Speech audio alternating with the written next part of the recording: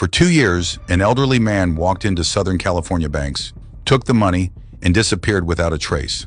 The FBI filmed him 16 times, published his face, offered a reward, and searched for a gray-haired man in his 70s. Then a dye pack exploded outside a bank, and the old man suddenly sprinted like someone decades younger.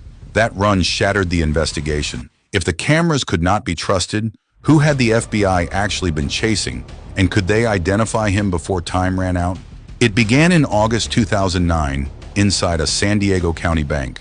An older gentleman entered wearing glasses and carrying a day planner. He waited in line, approached the counter, and passed the teller a handwritten note. Hidden inside the planner was a small weapon. He never spoke. He accepted the cash, turned around, and walked away.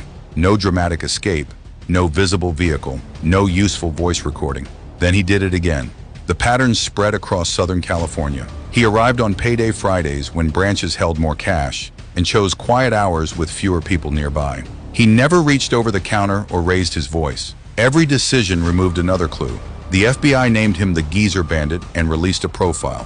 White male, around 6 feet tall, gray hair, average build, possibly in his 60s or 70s. But the description created chaos.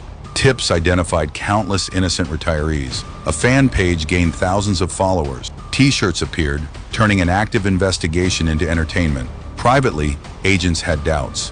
Something about the suspect's skin looked unnatural. They contacted Hollywood makeup studios, searching for records of realistic aging masks. But without proof, the wanted posters continued showing the same elderly face. By November 2011, he had completed 15 flawless bank raids. Then came number 16.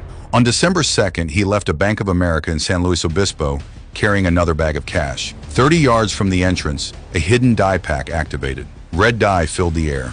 He dropped the money and day planner, scrambled up, and ran. For the first time, investigators had physical evidence, nearby witnesses, and a report of a white BMW leaving the area. But the most important clue was the video. Frame by frame, analysts studied his speed and movement. Their conclusion changed everything. This did not appear to be an elderly man's body. The face could have been a mask. Even the hands might have been prosthetic. The FBI could no longer confidently state his age, build, appearance, or even whether the suspect was male. The planner produced no public DNA match.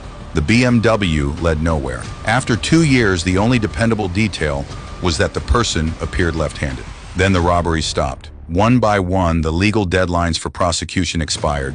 Eventually, the FBI closed the case, not because it was solved, but because arrest and prosecution were no longer possible. Someday, investigators may discover a name, but what does a name mean when the clock has already erased every consequence?